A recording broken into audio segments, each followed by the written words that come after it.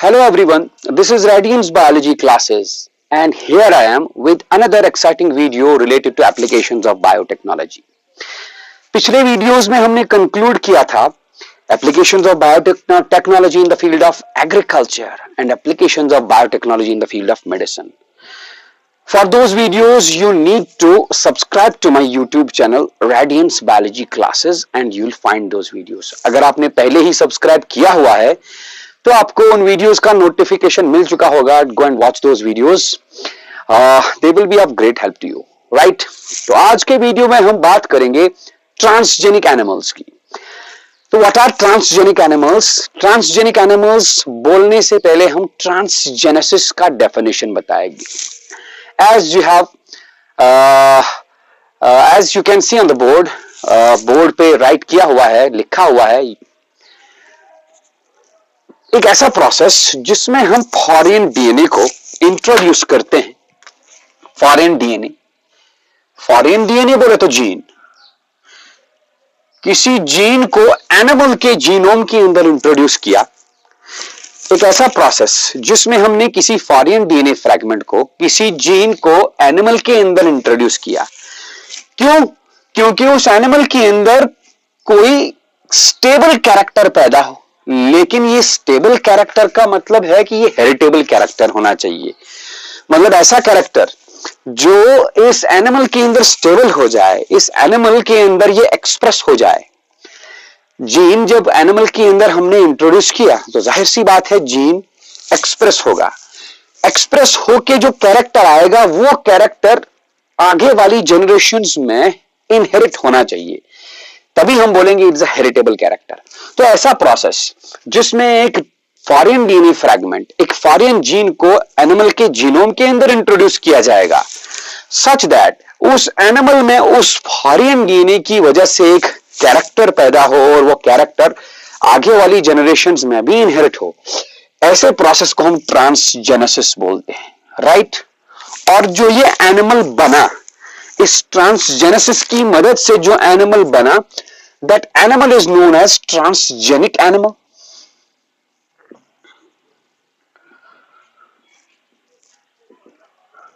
Right. And जो foreign DNA हमने animal के जीनोम के अंदर इंट्रोड्यूस किया है, that foreign gene is known as transgene.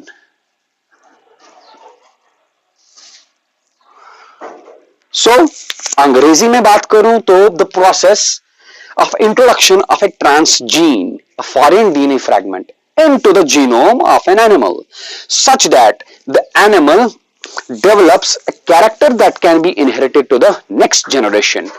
The process is known as transgenesis and the animal is known as a transgenic animal. The gene that we have introduced is known as a transgene, right. एक gene को introduce कैसे किया जाता है, gene को isolate कैसे किया जाता है, we have already studied about these processes in our chapter biotechnology principles and processes, right.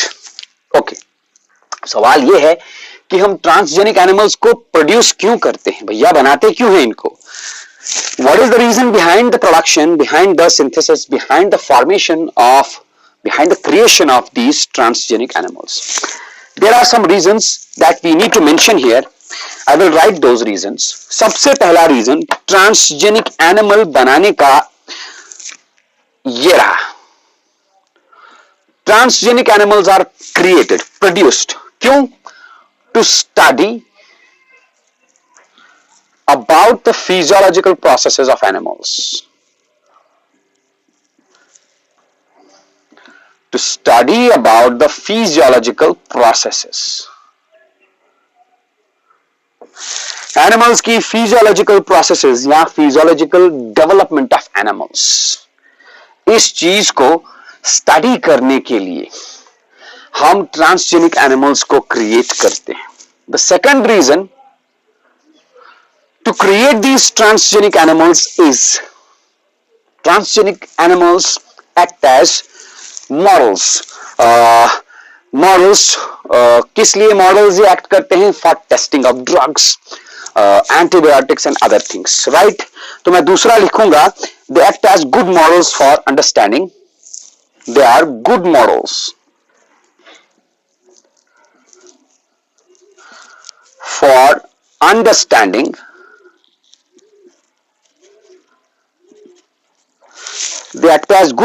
for understanding human diseases.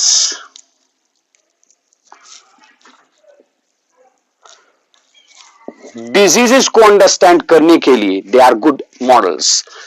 Particularly यहां पर कौन से डिजीजेस की बात करेंगे हम? Genetic diseases. ऐसे डिजीजेस जो जीन्स के म्यूटेशंस की वजह से होती हैं, ऐसे डिजीजेस को स्टडी करने के लिए हम ट्रांसजेनिक एनिमल्स को यूज कर सकते हैं. Right. The third reason for this creation of transgenic animals is to obtain biological products.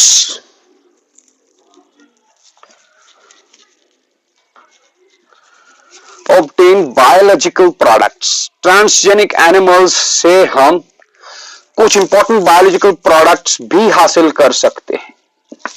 For example, एक ट्रांसजेनिक शीप डेवलप किया गया है.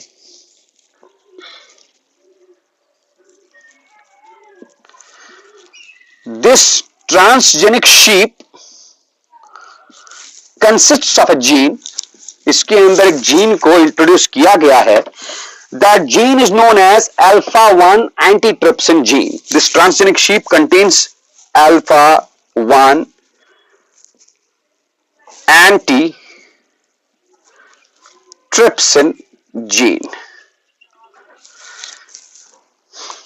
Alpha-1 एंटीट्रिप्सिन जीन की वजह से इस शीप में कैरेक्टर क्या आता है? It has got the ability to produce alpha-1 antitrypsin. मतलब कहने का यह है, जब हमने ये जीन शीप के अंदर इंट्रोड्यूस किया तो शीप ट्रांसजेनिक बना. अब इस शीप में क्वालिटी क्या है? ये शीप alpha-1 एंटीट्रिप्सिन प्रोड्यूस कर सकता है क्योंकि इसके पास वो जीन है जिसकी वजह से alpha-1 एंटीट्रिप्सिन बनेगा. Then alpha-1 antitrypsin accumulates in the milk of the sheep. यानी कि ये जो ट्रांसजेनिक शीप है, if we consume its milk, the milk contains alpha-1 antitrypsin. अब जाहिर सी बात है भैया, हमने ये alpha-1 एंटीट्रिप्सिन जीन इसमें डाला, alpha-1 एंटीट्रिप्सिन बना, इसके मिल्क में आ गया. क्यों? फायदा क्या है इसका? What is the benefit of this? आप याद रखेंगे, alpha-1 antitrypsin is used to treat, to cure emphysema. एक रेस्पिरेटरी डिसऑर्डर है. Emphysema is a respiratory disorder. Emphysema को ट्रीट करने के लिए यूज कर सकते हैं हम इस ट्रांसजेनिक शीप के मिल्क को, because antitrypsin, alpha-1 antitrypsin is used to cure this emphysema. Right. Another example of this is biological products transgenic animals से हम बना सकते हैं. इसका दूसरा एग्जाम्पल आपके एनसीईआरटी बुक पे लिखा हुआ है. एक ट्रांसजेनिक काउ को प्रोड्यूस किया गया. The name of that transgenic cow is रोजी.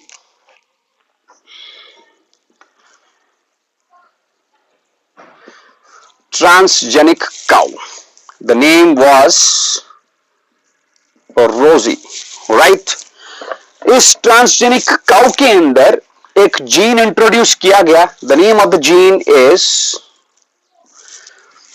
Alpha lactalbumin gene.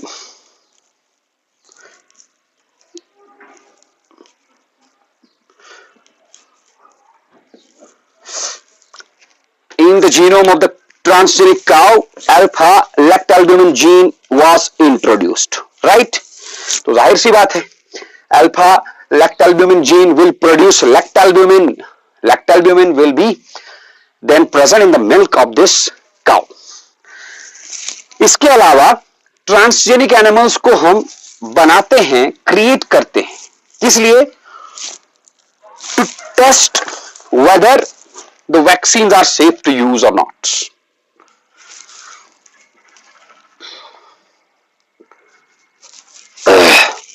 Vaccine safety के लिए हम इनको यूज कर सकते हैं.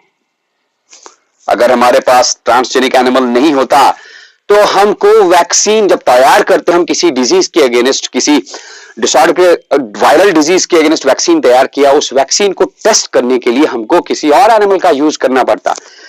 But we already have transgenic animals, उन ट्रांसजेनिक एनिमल्स के ऊपर हम वैक्सीन की सेफ्टी को टेस्ट कर सकते हैं, whether vaccine is safe to use in other animals, humans और not, right. And last is we can use these transgenic animals to test the chemical toxicity, chemical or drug toxicity।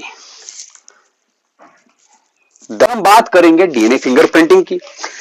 वैसे तो DNA fingerprinting बहुत सारे teacher पढ़ाते हैं molecular biology में, मैंने पहले ही बोला, बट डीएनए फिंगरप्रिंटिंग से रिलेटेड जो टेक्निक्स हैं, लाइक जेल इलेक्ट्रोफोरेसिस वाला टेक्निक है, आइसोलेशन ऑफ डीएनए है, वो हमने इस चैप्टर में बायोटेक्नोलॉजी प्रिंसिपल्स एंड प्रोसेसेस में पढ़ा हुआ है। Since those techniques are involved in this DNA fingerprinting process, that's why मैंने सोचा कि क्यों ना इस DNA fingerprinting वाले टॉपिक को भी इसी के साथ एक्सप्लेन किया जाए। So let's go and discuss about this DNA fingerprinting। DNA fingerprinting है क्या? ये एक डायग्नोस्टिक टेक्निक है जो डेवलप की थी एलेक जेफरी ने। क्या होता है इस टेक्निक में? This technique is used to solve the paternity issues and criminal cases. मतलब कोई बच्चा है, बच्चे का बाप या मां इसके बारे में शक है, पता नहीं चल रहा, तो जिनके ऊपर शक हो उनका डीएनए सैंपल निकाला जाएगा, उसका प्रिंट बनाया जाएगा, और बच्चे का डीएनए सैंपल निकाला जाएगा, प्रिंट बनाया जाएगा। फिर दोनों को, बच्चे के डीएनए सैंपल को और सस्पेक्ट्स के डीएनए सैंपल को मैच किया जाएगा, कंपेयर किया जाएगा, जिसके साथ ये मैच होगा इट विल बी कंक्लूडेड कि यही बच्चे का पेरेंट है। सिमिलरली क्रिमिनल केसेस सॉल्व करने के लिए, मान लीजिए मर्डर हुआ है, क्राइम सीन के ऊपर ब्लड सैंपल है या कोई हेयर फॉलिकल है या स्किन सैंपल है, उसको लिया, उससे डीएनए निकाला, उस डीएनए का प्रिंट बनाया, बाद में जिनके ऊपर शक होगा उनका भी डीएनए फिंगरप्रिंट बनाया, देन इनको मैच किया गया, जिसके साथ मैच होगा it will be concluded that कि भैया इसी ने मर्डर किया हुआ है और इसी ने क्राइम किया हुआ है। That's why I told you that it is a diagnostic technique to conclude, to deduce whether a crime has been done by a particular person or to deduce whether a particular person is a parent of a particular child. Okay. The principle behind this technique is, किस principle के basis पे ये काम करता है? According to human genome project, पढ़ना है आपको मॉलिक्यूलर बायोलॉजी के एंड में, मैं ही पढ़ाऊंगा आने वाले वीडियोस में। ह्यूमन जीनोम प्रोजेक्ट के अकॉर्डिंग क्या कहता है human genome project? 99.9% base sequences, base pair sequences are similar in all individuals, all humans. सारे ह्यूमंस में लगभग 99.9% डीएनए सेम है, बचा 0.1%। Only 0.1% sequences are unique.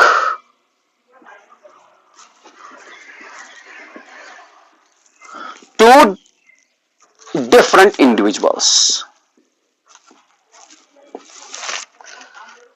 हर एक इंडिविजुअल में सिर्फ 0.1% डीएनए ही डिफरेंट है, यूनिक है। जो 0.1% डीएनए यूनिक है उसमें वैसा डीएनए किसी दूसरे में है नहीं, किसी दूसरे में वो होगा लेकिन यूनिक होगा, राइट। तो साइंटिस्ट ने इसी 0.1% डीएनए का एडवांटेज लिया, इसी से डीएनए फिंगरप्रिंट बनाया। कैसे? पहले हम इस 0.1% डीएनए के बारे में बात करेंगे। This 0.1% DNA is known as satellite DNA.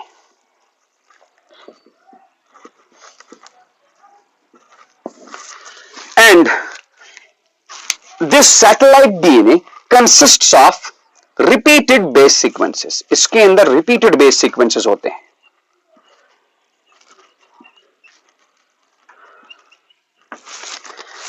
A, T, T, T, C, C, G. For example, मैं एक छोटा सा डीएनए स्ट्रेच बनाऊंगा। मान लीजिए यहां पर है A, G, T, T, C and G. इसका complement T, C, A, G and C. ये रहा डीएनए स्ट्रेच, डीएनए सीक्वेंस। ये सीक्वेंस 2 बार भी रिपीट हो सकता है, 10 बार भी रिपीट हो सकता है, 20 बार भी रिपीट हो सकता है, 5 बार भी रिपीट हो सकता है, डिपेंड्स। मान लीजिए इंडिविजुअल एक्स में ये सीक्वेंस 5 बार रिपीट हुआ है उसके जीनोम के अंदर, इंडिविजुअल वाई में यही सीक्वेंस 10 बार रिपीट हुआ है, इंडिविजुअल जेड में ये सीक्वेंस 3 बार रिपीट हुआ है। तो ये रिपीटेड सीक्वेंसेस कितनी बार रिपीट होंगे, how many times they are repeated.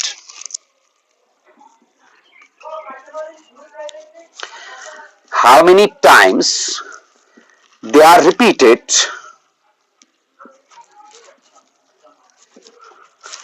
denotes its copy number। कितनी बार ये रिपीट होगा, that denotes its copy number।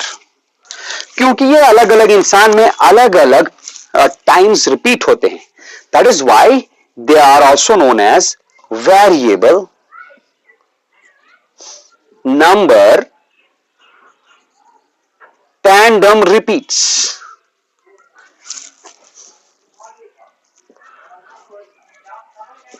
या VNTRs। They are also known as microsatellites। They are also known as microsatellites, sorry, mini satellites।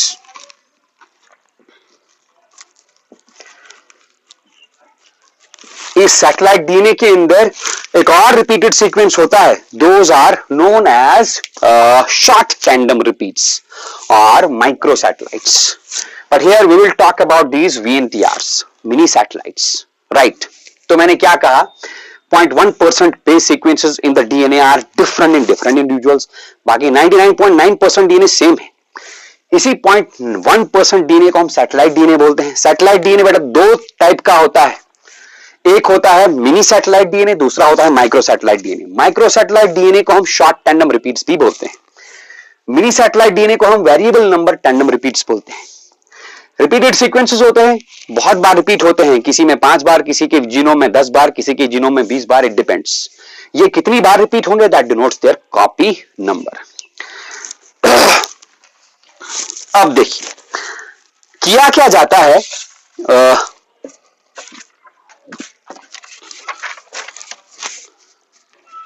सबसे पहले इस satellite DNA को, VNTRs को isolate किया जाएगा।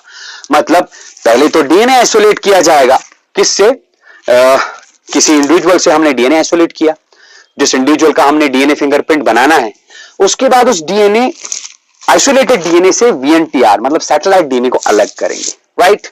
सो let me tell you about the methodology. हाँ, principle में हमने क्या बताया, 0.1% sequences of genome of an individual are unique to this individual, और यही 0.1% सीक्वेंसेस जिसको हम सैटेलाइट डीएनए बोलते हैं, इसी को यूज किया जाता है to construct a print of the DNA of that very person, right. तो मेथोडोलॉजी में सबसे पहला पॉइंट, सबसे पहला स्टेप क्या जाता है, आइसोलेशन ऑफ द डीएनए। किसी इंसान से जिसका फिंगरप्रिंट बनाना है, उस इंसान के डीएनए को आइसोलेट किया जाता है। We'll write here methodology. The first step in the methodology is isolation of DNA. DNA को आइसोलेट कैसे किया जाता है, we have studied about this in our chapter biotechnology principles and processes. वो चिल्ड इथेनॉल वगैरह डाल के स्पूल आउट किया जाता है, and all that. For that you need to go to my YouTube channel Radiance Biology classes and see those videos. Watch those videos. Isolation के बाद satellite DNA को सेपरेट करना। Satellite DNA is separated from the bulk DNA. Main लेकिन जो 99.9% DNA है उससे satellite DNA को अलग करना।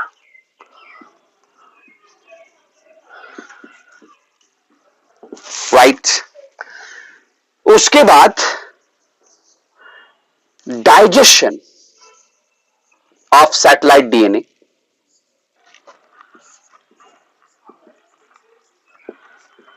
digestion of satellite DNA into fragments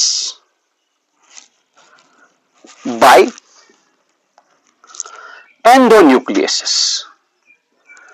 endonuclease enzymes इस सैटेलाइट डीएनए के ऊपर डाले जाते हैं। Those endonuclease enzymes will digest the satellite DNA into fragments. Right. अब देखिए, इन फ्रैगमेंट्स को सेपरेट किया जाता है, रन कराया जाता है जल के through by the process of agarose gel electrophoresis, or simply you can write gel electrophoresis. Separation of fragments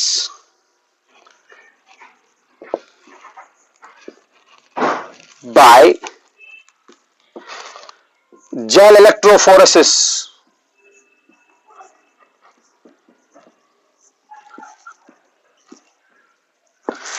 मैंने आपको पढ़ाया है अपने पिछले वीडियोस में। जेल इलेक्ट्रोफोरेसिस डीएनए फ्रैगमेंट्स को सेपरेट करता है on the basis of size, on the basis of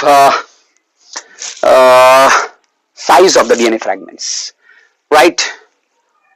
then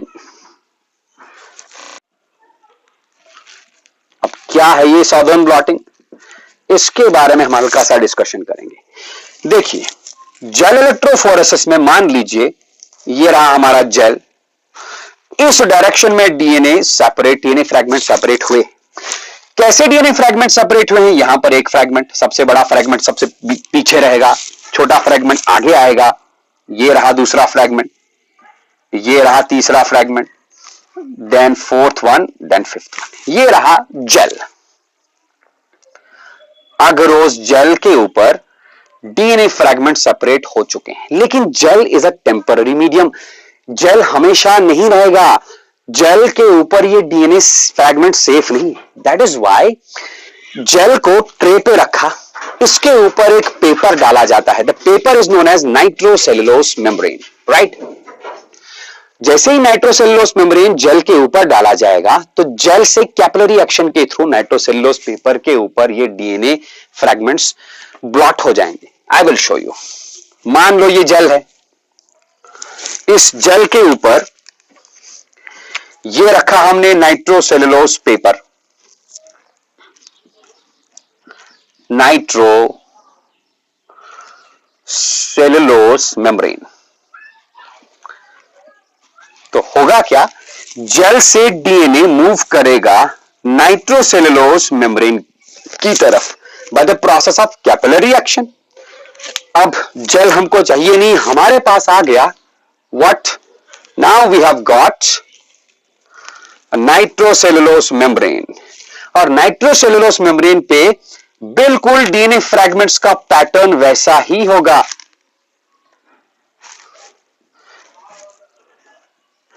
जैसा जेल के ऊपर था, क्योंकि हमने इस नाइट्रोसेलुलोज पेपर को जेल के ऊपर भी उसी हिसाब से रखा है। सबसे बड़ा फ्रैगमेंट पीछे, सबसे छोटा फ्रैगमेंट आगे। अब ये क्या है? This is the nitrocellulose membrane. तो डीएनए फ्रैगमेंट्स को हमने ट्रांसफर किया from gel on to the nitrocellulose membrane.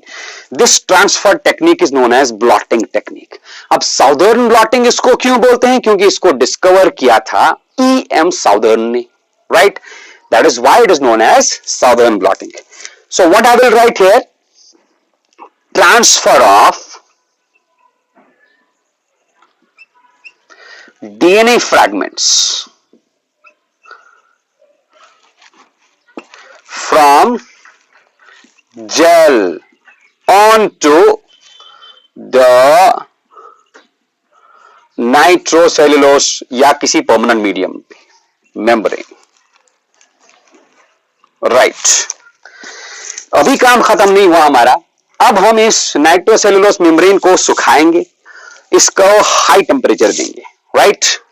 मैं यहां पर लिखूंगा बेकिंग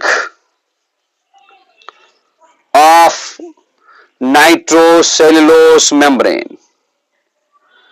बेकिंग मतलब it will be subjected to the high temperature. High temperature से होगा क्या, जो डीएनए फ्रैगमेंट्स इसके ऊपर आ गए हैं, आ चुके हैं, ये डीएनए फ्रैगमेंट्स डिनेचर हो जाएंगे। मतलब कहने का यह है कि जल के ऊपर जो डीएनए फ्रैगमेंट्स थे, these DNA fragments were double stranded fragments. They were double stranded fragments, right. लेकिन नाइट्रोसेल्युलोस मेम्ब्रेन पे भी ये डबल स्टैंडर्ड फ्रैगमेंट्स ही हैं। जब मैंने नाइट्रोसेल्युलोस पेपर को, नाइट्रोसेल्युलोस मेम्ब्रेन को हाई टेम्परेचर दे दिया, तो हाई टेम्परेचर से ये डीएनए फ्रैगमेंट्स डिनेचर हो जाएंगे, they will become single stranded, right. तो मैं लिखूंगा यहां पर डिनेचुरेशन ऑफ फ्रैगमेंट्स,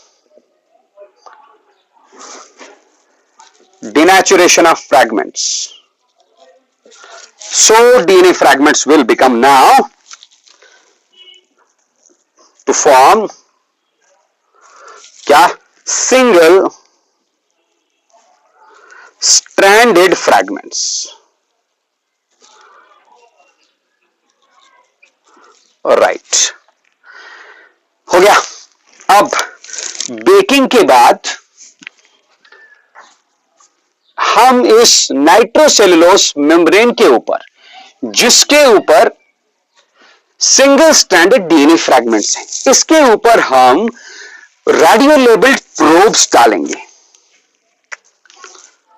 मैं लिखूंगा hybridization with radio labelled probes.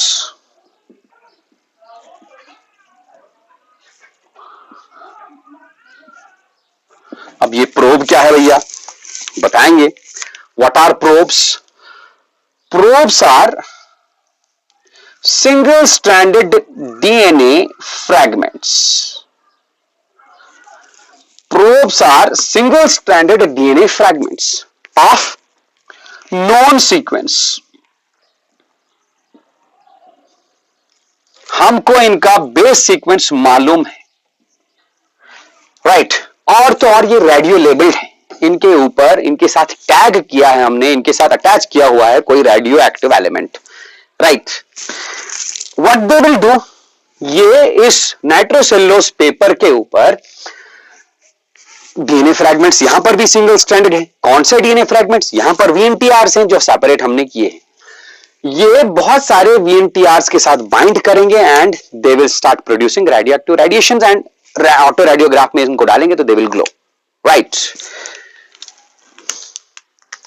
Then 8th point is autoradiography. Finally हमने क्या किया, नाइट्रोसेल्युलोस मेम्ब्रेन हमने लिया, उसके ऊपर हमने अब रेडियो लेबल्ड प्रोब्स डाले। उनका बेस सीक्वेंस हमने मालूम है, तो ये रेडियो लेबल्ड प्रोब्स क्या करेंगे, ये रेडियो लेबल्ड प्रोब्स इस नाइट्रोसेल्युलोस मेम्ब्रेन के ऊपर जहां जहां पर रेडियो लेबल्ड प्रोब्स का कॉम्प्लीमेंट्री बेस सीक्वेंस मिलेगा, वहां वहां पर ये बाइंड हो जाएंगे, बाइंड होंगे and they will glow in the autoradiograph. Autoradiograph में लाइट प्रोड्यूस करेंगे, रेडियो एक्टिव लाइट प्रोड्यूस करेंगे, they will show the banding pattern, right. It was all about the methodology. अब ये हमने किया क्या, इस चीज को एक्सप्लेन करने के लिए लेट्स टेक एन एग्जांपल। उस एग्जांपल से आपको समझ में आ जाएगा। एग्जाम्पल के तौर पर हम एक क्राइम सीन को रखेंगे। मान लीजिए किसी जगह पर मर्डर हुआ है, क्राइम हुआ है, राइट। और क्राइम सीन पे पुलिस को, सीबीआई को कुछ ब्लड सैंपल मिला है या कुछ हेयर फॉलिकल मिला है। तो ये लोग क्या करेंगे, ये उस हेयर फॉलिकल से या ब्लड सैंपल से डीएनए आइसोलेट करेंगे बिल्कुल इसी तरह, और उसका प्रिंट बना देंगे। मैं यहां पर लिखूंगा, मान लीजिए this is the print of DNA fingerprint of the sample. इसके ऊपर मैं क्राइम सैंपल लिखूंगा। क्राइम सैंपल ये रहा,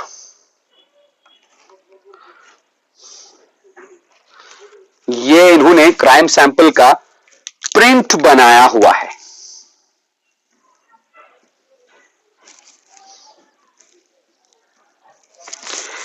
मैं इसके ऊपर स्केल लगा दूंगा बाद में।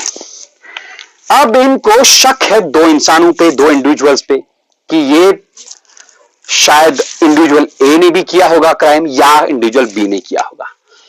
लेट यहां पर हमने इंडिविजुअल ए को रखा। इंडिविजुअल ए का ये लोग डीएनए फिंगरप्रिंट बनाएंगे और इंडिविजुअल बी का भी डीएनए फिंगरप्रिंट बनाएंगे। राइट, मान लेते हैं इंडिविजुअल ए का क्रोमोसोम नंबर 1, इंडिविजुअल बी का chromosome number 1, then individual A का let chromosome number 7, individual B का भी लेट क्रोमोसोम नंबर 7। हालांकि इनको प्रिंट बनाना है सारे डीएनए का। सारा डीएनए मतलब इंसान के अंदर 46 क्रोमोसोम्स होते हैं, 23 pairs of chromosomes.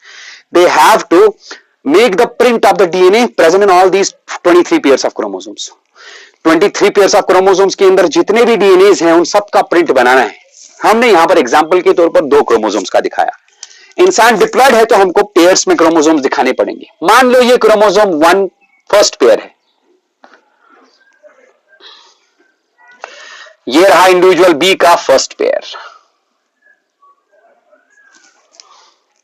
Late chromosome number 1 पे, इस वाले पे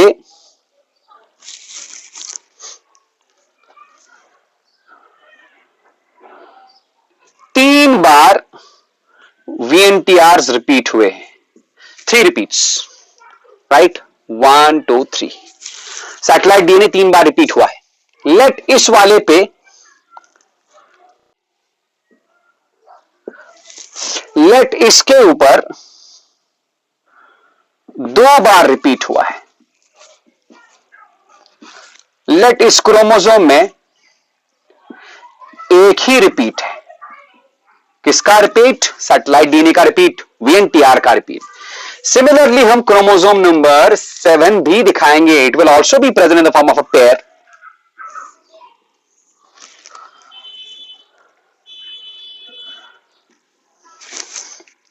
मान लीजिए इस पे रिपीट हुआ है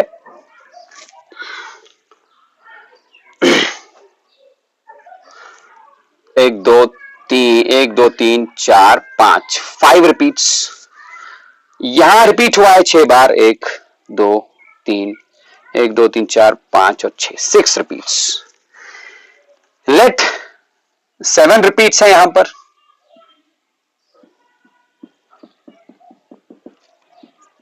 और यहां पर 8।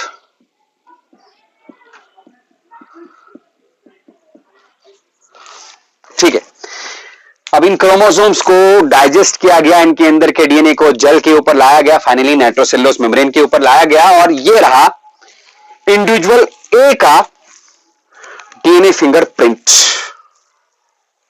अब ये रहा इंडिविजुअल बी का डीएनए फिंगरप्रिंट। लेकिन याद रहे सारे क्रोमोसोम्स का निकालना है। हमने यहां पर एग्जांपल के तौर 2 क्रोमोसोम्स लिखे हैं। मैं यहां स्केल ऐड कर दूंगा, 10 9 8 7 6 5 4 3 2 1। 10 मतलब 10 base pairs, 9 base pairs, 8 base pairs, 7 base pairs, ऐसे करके। सेम यहां पर 10 9 8 7 6 5 4 3 2 एंड 1। इंडिविजुअल ए का पहले देखेंगे, क्रोमोसोम 1, इसमें 3 रिपीट्स हैं। आपको याद होगा मैंने इलेक्ट्रोफोरेसिस में बताया है, जो भारी फ्रैगमेंट होगा, हैवियर फ्रैगमेंट, दैट विल वो पीछे रहेगा और जो लाइटर फ्रैगमेंट होगा that will move farther on the gel, right. तो 3 रिपीट वाला फ्रैगमेंट यहां पर आएगा। 4 रिपीट्स वाला फ्रैगमेंट यहां पर आएगा।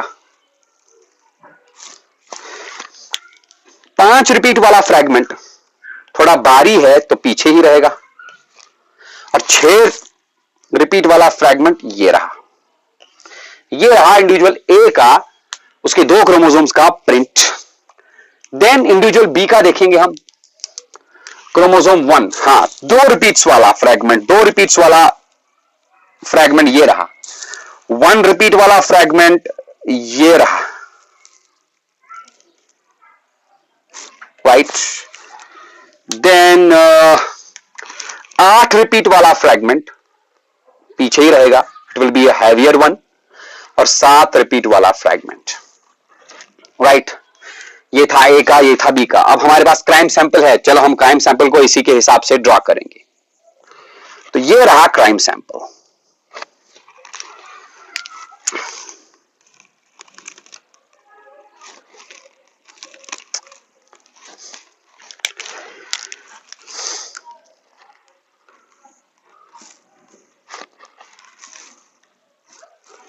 क्राइम सैंपल के ऊपर भी मैं स्केल लगा दूंगा। This is 8, 7, 2, 1, 3, 4, 5, 6, 7, 8, 9 and 10, right. DNA इस डायरेक्शन में रन किया हुआ है। अब क्या करेंगे, क्राइम सैंपल वाले प्रिंट को इन दोनों के इंडिविजुअल ए के डीएनए फिंगरप्रिंट के साथ भी मैच करेंगे, दूसरे के साथ भी मैच करेंगे, बी के साथ भी मैच करेंगे। आप डायग्राम में देख सकते हो, यहां पर एक फ्रैगमेंट 8 पे है, 8 पे, राइट। देन 7 पे, 7 पे, 2 पे, 1 पे, 1 पे। इसके साथ क्राइम सैंपल वाला डीएनए फिंगरप्रिंट इंडिविजुअल बी के डीएनए फिंगरप्रिंट के साथ मैच हो रहा है easily. So we can conclude, हम बता सकते हैं कि क्राइम सैंपल पे जो ब्लड सैंपल मिला वो ब्लड सैंपल सस्पेक्ट बी का था। देयरफॉर सस्पेक्ट बी ने, हो सकता है, there are more chances that suspect B ने वो क्राइम किया हुआ था, राइट। इसी तरह हम पैटर्निटी इश्यूज को भी सॉल्व कर सकते हैं। जो बच्चा होगा, बच्चे का डीएनए सैंपल लिया, उसका प्रिंट बनाया, फिर 2 इंसानों के ऊपर, 2 मेल्स के ऊपर शक है, इन दोनों में से एक बाप हो सकता है, उन दोनों का डीएनए सैंपल निकाला, प्रिंट बनाया, फिर उनको मैच किया, जिसके साथ मैच होगा बच्चा will be the child of that very person, right. So it was all about DNA fingerprinting. तो आज के वीडियो में हमने 2 चीजें पढ़ी है, transgenic animals and DNA fingerprinting, right. With this, we will conclude our the whole unit of biotechnology, which was consisting of 2 chapters: principles and processes of biotechnology and applications of biotechnology. हमारे आगे आने वाले videos में हम और कोई interesting सा chapter लेके आएंगे। For that you need to subscribe to my YouTube channel Radiance Biology Classes to get the notifications of those videos. Okay, thank you.